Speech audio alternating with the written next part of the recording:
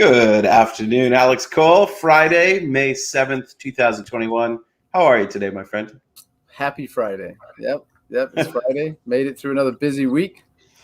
Yes, I've been missing you. We haven't done these videos for a couple of weeks. Back-to-back presentations, multiple conferences, lots of screen time for both of our faces. But I'm sure for our subscribers, they'd like to hear what the heck's been going on in the markets. Yeah, we've had a couple of weeks of back-to-back conferences, which have been a lot of fun. But it's nice to be back to do a review. Perfect. So let's dive right in, starting from the 30,000-foot view, looking across asset classes with the GoNoGo Rel map. Tell us what you're seeing on that chart in front of us here, Alex. Yeah, so this is the pure map, not the Rel map, but the pure just map of the GoNoGo trend applied to the asset classes. And we're seeing still much the same. If you're a risk-on investor, then equities have recovered nicely, and we see the top panel in a strong go trend, and we know that from looking at the S&P this week and other major indices having rallied. Interestingly, we've had some change, though, in bond prices. We put out a daily piece on that using IEF, I think, one of the days this week, and noticing that go trend had emerged, but has gone back to amber to end the week. Commodities, another slightly weak no-go bar popping in there, as it did before recovering to the go. And then, of course, the dollar really rolling over and cratering this week. So setting it up maybe for a good time for equities and even commodities perhaps to bounce back. Yeah, certainly from the macro perspective, we're seeing a strong and fully confirmed bull market, which doesn't mean that there's not choppiness, rotation, weakness in certain areas. But interesting to note that those U.S. Treasuries, not only have they kind of settled what was spooking value investors in the equity space and challenging some of those extended PEs on large mega cap tech growth names that we're all familiar with. It seems to really have settled. Remember, prices moving in inverse to yields, and we're definitely seeing a lot of recovery on that side. As more coronavirus vaccines roll out, we're seeing some real progress in terms of reopening of the industrial economy. So let's dive into the equity sectors and just see where leadership and laggardship are here at the end of this week on May 7th. The sector chart now is the Rel map, of course. So that's the go-no-go trend applied to the relative strength ratio of each sector to the base. So we're looking at materials still in a strong go trend, which makes a lot of sense given what you were just saying about the reopening of the economy. We're also seeing healthcare, which has come back into a go trend, a strong go trend this week, which it has not been in a go trend for quite a while. We've also got the financials after that correction coming back into a go trend and a strong one. And of course, industrials, which has been one of the leaders along with materials, had a little spell of amber neutrality about a month ago, but has now come back into the trend. So those are the sectors that are outperforming. You know, and it's important to think about relative strength ratios as an important tool in the toolbox. That doesn't mean that any of these sector groups are on an absolute basis a sell. It doesn't mean that their trend individually as a sector is not up, but we're looking to buy those stocks that are trending and outperforming. And one of the ways that we do that is compare everything to a benchmark, in this case, the S&P 500, and looking at those more cyclical sectors that seems to continue to be a thematic move for this year two of a very strong bull market. That doesn't mean that you abandon all growth names, all growth sectors, communications, technology. But for those who are looking to place more tactical positions, tactical trades, seeing the industrials and the materials sector really outperform, the emergence of healthcare. These are just, great areas to make a tactical move to capture the strongest performing go trends. So that's really great to see what a helpful tool this GoNoGo Rel map is, but also it's showing just how much rotation we have seen.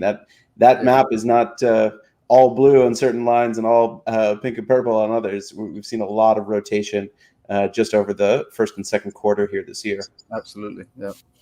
So then within the equity sectors, particularly those that are outperforming, if we dive into the materials, the ETF ticker being XLB, what are we seeing right now on an absolute basis for the materials sector? Materials has been in this move. We had a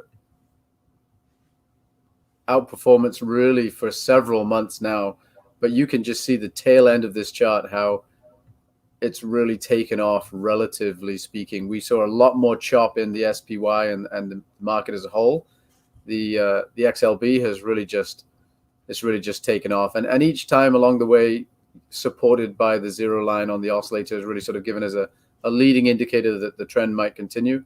Especially after this choppiness here in early February. Once it was able to get above zero, we've seen that theme over and over again, where we've had a rally and then supported the zero line, but really racing off at the moment, and of course at overbought levels. So we'll have to see if it comes back, if it cools off a little bit in the short term, but very healthy from a trend perspective. The way that it was taught to me, Ralph Akapura, founder of the CMT Association, said, it's an easy mistake to make that when things reach an overbought level, we see a lot of traders looking to sell at that point. And he said, imagine how strong you would have to throw a baseball for it to just keep going.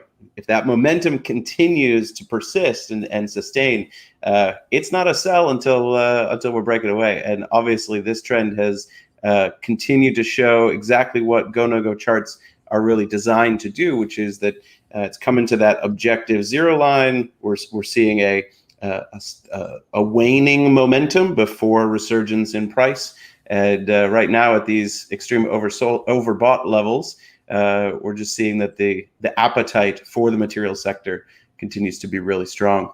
It's really the premise of technicals itself is that buy strength, right? That's what sets us apart from the fundamental analysts. So buying higher prices statistically is actually a very successful way to invest in the markets. Absolutely. Never be afraid of an all-time high, right? Isn't that something that people say as well? Yeah. That's right. Never be afraid. The trend is your friend, and taking some confidence from that, right? We want to press our bets when we're looking at charts like this. You want to let your winners run, and it's very tempting to lock in a profit here, but missing that final parabolic move in any security is that's the game of regret. Yeah. Let's dive into the materials sector. I know you looked on Monday morning. Subscribers to GoNoGo Research received their flight path with a specific showcase on Southern Copper. Just looking into what might be driving that trend within the materials sector. And that's the daily, correct? Not the weekly chart. Yep, this is the daily. So this is what we were looking at, and this was. Which one did you want? The weekly? Yeah, no. Let's do the daily. The daily. So I think on the what we were noting, or what we were sort of interested in, was that the weekly was such a strong trend, and we were seeing support at the zero line on the weekly. We can pull that chart up in a second as well. But we were looking then, will there be an opportunity on the daily to get into that longer term trend? We also know that the trend in copper has been through the roof for several months now. So we're looking really for an opportunity to get into a trend that's in place on a larger time frame. And we can see on the daily that it's been consolidating sideways. You can look for this and call it some sort of pattern if you want. But really, we're seeing a lot of support at these lows, and then we're seeing some falling highs, which has allowed us to draw the trend line up here above. But what we were looking for then was, will we see something as we approach these lows, some sort of reason perhaps to get long, to take advantage of the longer term trend in copper, as well as the outperformance of the materials sector. It all ties together. And then I think this was actually Tuesday, we got a fresh go, having sort of rallied off the lows, and now the current bar is giving a low risk reentry. So we could look at this and expect or hope that there'll be some sort of test of this prior high. And I think that's what we were talking about in the flight path, was will we get back to test this 82 level? Mm-hmm. If we do, then we'll be breaking out of this triangle, and it'll really line up with what we're seeing on the weekly, finding support at the zero line on the weekly as well. And for each trader, your objectives are going to be different. If you started out this week and you're looking for a tactical, maybe a mean reversion back to the top of that triangle, great. You took advantage of that move. No reason to exit right there if you think about extending that back to those 82s, the prior highs. If we do have a resurgence of momentum here on the end of the day on Friday, breaking through that trend line tells you that your next target is higher. And then if you break through overhead resistance there, we're really off to the races. Yeah, and if you put it into perspective of the weekly chart, you're talking about this short term. Can we get above this trend line, and then will we get back up to sort of 81, 82? But the weekly here is a strong trend in place, a succession of low risk entries, currently finding support at the zero. So this is a pullback within a much larger trend, and you could expect sort of a similar run out of this pullback if that's what happens as we saw into it, which would obviously take you much higher, and the high on the weekly chart is already at around 83.5. So keeping it all in perspective, like you said, if somebody just wants to take advantage of that sort of bounce off the low of that triangle, great, but no reason to exit, like you said. Even if this becomes resistance in the long-term chart, we would have been looking at this as an opportunity to get in. So that's right. Taking a position in the direction of the primary trend has always paid off. And who knows? We break above those prior highs, then Fort Knox will be replacing their gold bars with rolls of copper pennies, right? Yeah. Excellent. So there's the story on copper. Taking it back away from the industrial metals, let's dive into the industry group within the materials sector and take a look at some chemicals companies. Sure. I know Olin Corporation, OLN, was one of those that appeared in Monday morning's Flight Path newsletter from GoNoGo Research. Yeah. How did that do throughout the week? Look at that. Well, this was a textbook sort of chart, really, and I was looking to try to find. I feel like every time we talk about materials and industrials, because of the trends in the commodities that are also in play, then a lot of the attractive securities have been the ones that are copper miners, or so we've seen a lot of those. So I was trying to find other materials companies to take advantage of that outperformance in materials, and a lot of those materials companies are chemicals producers, and Olin was one that just jumped off the chart to me as something that was a really nice looking setup. We had this go trend clearly in place, every time being supported by the zero line, and then we have this ascending triangle, where we have higher lows, but we have a sort of a horizontal level of support.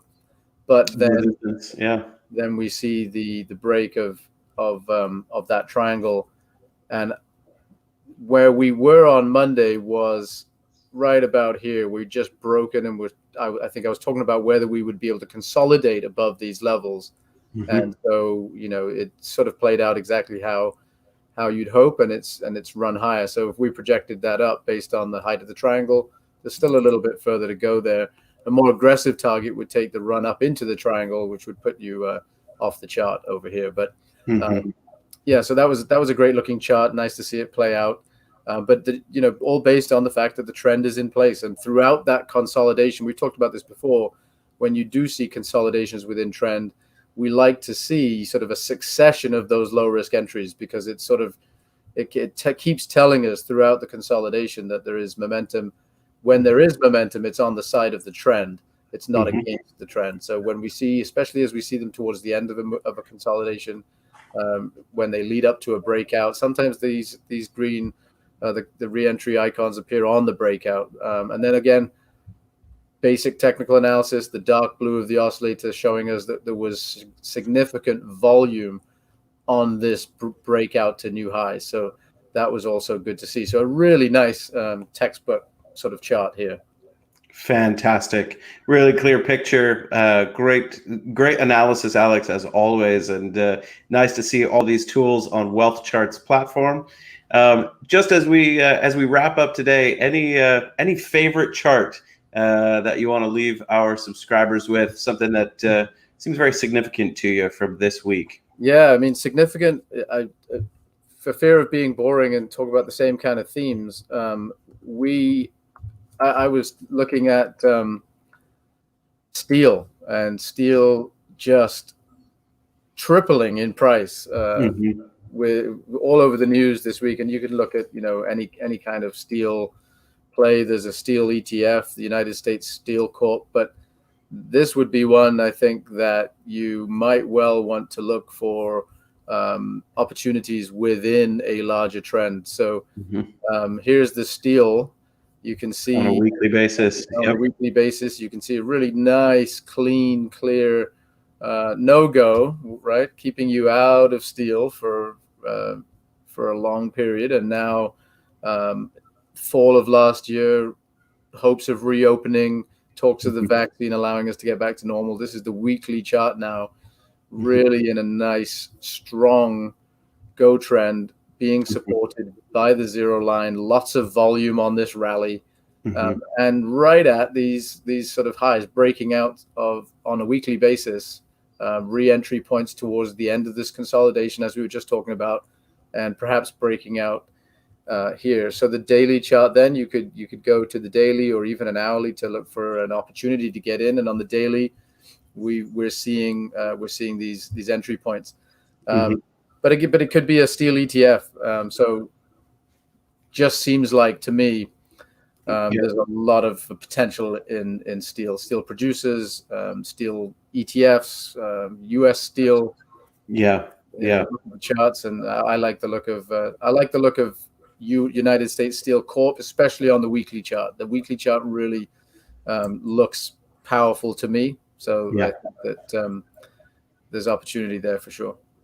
Last week we had the great pleasure of hosting the CMT America Summit with analysts from all over the world. And I just have to mention Rashmi Shastri, CMT charter holder out of India, works for All Star Charts, really great market analyst, and talking about the thematic reasons behind these large commodities moves. They're multiple, right? You have a reopening of the economy. There's going to be stronger demand and consumption. You also have, the underlying narrative of inflation expectations. A lot of large institutional investors, pension funds, sovereign wealth funds are thinking about exposure to real assets or commodities as a play to, mitigate against inflation risk. And we're seeing those fund flows. We're seeing on an absolute and a relative basis, commodities really outperforming when we're talking about base metals, industrials, agriculturals. Anybody who's got a Twitter account has probably seen at least a few memes of overpriced lumber jokes. So, when you look at those long-term trends, this is pulling out of a very large base. It's been a long period of underperformance. So, this is actually the ETF that I was looking at, SLX, which is the ETF trust that I just happened to be looking at, as well as with U.S. Steel, the company. And you can see, again, like you said, they've been building, and this is a weekly chart, so they've been building, and now they're really exploding out. And it doesn't seem, again, not to get opinion based, because that's not what we do. But where's the end for increasing value in these materials? With where we're headed in terms of the economy. I mean, you can't throw a stick around our neighborhood without the house being knocked down and rebuilt. You really, it's just every third house, it seems like. So lumber and steel, they seem as if there's some legs left in these long-term trends for sure. For sure. Well, wishing all of the viewers and the subscribers a very happy weekend as we pull into Mother's Day. Get your mom something other than Dogecoin this year. Buy her some lumber and steel. And Alex, as always, it's such a pleasure. Really appreciate all the work that you do, and looking forward to seeing you again soon. Thank you, sir. Have a good weekend. You as well.